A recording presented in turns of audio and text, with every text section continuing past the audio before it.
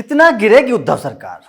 पहले कंगना के घर पर चलाया था हथौड़ा, अब पोल खोलने वाले पत्रकारों को कर रहे हो गिरफ्तार। मुझे तो आजकल देखकर ऐसा लगता है कि महाराष्ट्र सरकार तमाम कानून, तमाम अधिकारों को ताक पर रखकर काम कर रही है।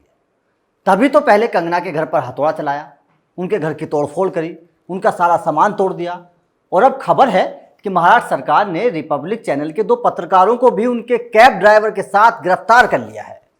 रिपब्लिक मीडिया नेटवर्क के रिपोर्टर अनुज कुमार, कैमरामैन जो उनके साथ होते हैं यशपाल जीत सिंह, और उन्हें कैब में जो ओला कैब के ड्राइवर थे उनके प्रदीप दिलीप धनावड़े, उन्हें महाराष्ट्र पुलिस ने अपने रोब के दम पर गैर कानूनी तरीके से हिरासत में ले लिया है।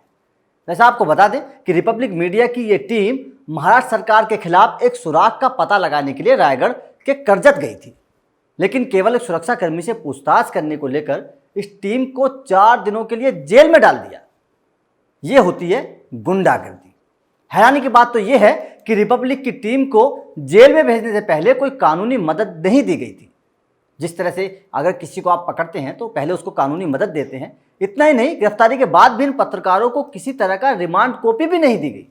लेकिन जब इस कार्रवाई को लेकर पुलिस से पूछताछ की गई तो पुलिस का रवैया देखिए। पुलिस ने अपनी इस हरकत को छुपाने के लिए बड़े ही अंदाज में कहा कि रिपब्लिक की टीम गेट पर जो गार्ड से पूछताछ कर रही थी वो गलत तरीके से पूछताछ कर रही थी। अब जनाब, हमारा सवाल ये उठता है कि आखिर पूछताछ करना क्या गलत है? क्या कोई पत्रकार किसी से पूछताछ भी नहीं कर सकता? जानकारी तो ये भी मिली है कि रिपब्लिक के जो रिपोर्टर थे जिन्हें जेल में बंद किया गया है, उन पर महाराष्ट्र की सरकार दबाव डाल रही है कि वो अपनी स्टोरी, जिस स्टोरी पर वो काम कर रहे थे, जिस सुराग पर काम कर रहे थे, अपने वो सुराग बताने वाले इंसान का नाम, उसका खुलासा करें, ताकि महाराष्ट्र सरकार इन रिपोर्टर्स के साथ साथ खुलासा करने वाले उन सुरागों को भी जेल में डाल दे। जिसके बाद रिपब्लिक मीडिया की तरफ से बयान आया है कि ये रिपोर्टिंग के अधिकार का उल्लंघन है। वैसे जाहिर तौर पर हकीकत में पत्रकारिता का उल्लंघन है, जिसे चौथा स्तंभ कहा जाता है। उस चौथे स्तंभ का ये पाया तोड़ने वाली बात है, क्योंकि अगर कोई पत्रकार फील्ड में जाकर किसी बात की छानबीन नहीं कर सकता, किसी चीज़ को पूछ नहीं सकता, तो फिर किस चीज़ की पत्रकारिता रह गई है? कहा गया है कि संविधान में मौजूद जो मौलिक अधिकार हैं उनको खत्म करने वाला काम है ये। शिवसेना सरकार की इस हरकत से पता चलता है कि हर एक उस पत्रकार को रोकने की कोशिश है जो सच बोलता है और लोकतंत्र के चौथे स्तंभ के रूप में किसी भी सरकार के गंदे कारनामों का खुलासा करता है। और शिवसेना आजकल इसी वजह से डरी हुई है, क्योंकि शिवसेना आजकल जिस तरह से उद्धव सरकार काम कर रही है उसे देखकर तो यही कहा जा सकता है कि अब तो महाराष्ट्र सरकार की मनमानी की हद हो गई।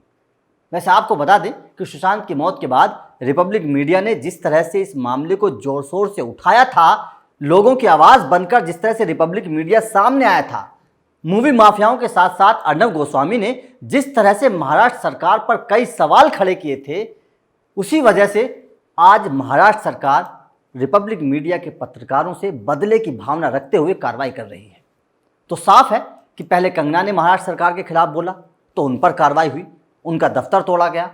रिपब्लिक मीडिया ने बोला तो उनके पत्रकारों पर कार्रवाई हुई, उन्हें जेल में डाल दिया गया। अब तो ऐसा लगने लगा है कि शिवसेना चाहती है कि अगर मुंबई में रहना है भैया तो शिवसेना का गुणगान करो, लेकिन शिवसेना ये समझ नहीं पा रही है कि अब उनका अंत नजदीक है। जनता एक एक का हिसाब लेगी बराबर आपसे। आप ये मत समझिए कि आपने किसी को जेल में डाल दिया है, किसी का घर तोड़ दिया तो लोग आपसे बदला नहीं लेंगे। जनता एक एक चीज को देख रही है। आप शायद इस चीज को भूल रहे हैं कि आपको ये लगता होगा कि आप महाराष्ट्र के गुंडे हैं, आपने महाराष्ट्र में जो चाहेंगे आप वो कर सकते हैं, लेकिन ये हद हो गई है, ये सच नहीं है। तो दोस्तों, आपका महाराष्ट्र सरकार की इस कार्रवाई पर क्या कहना है? आप भी हमें कमेंट करके ज़रूर बताएं। साथ ही ये भी बताएं कि क्या महाराष्ट्र सरकार अब महाराष्ट्र की सत्ता में, महाराष्ट्र की कुर्सी पर रहने के लायक है? आपका जो भी मानना है आप हमें कमेंट करके ज़रूर बताएं।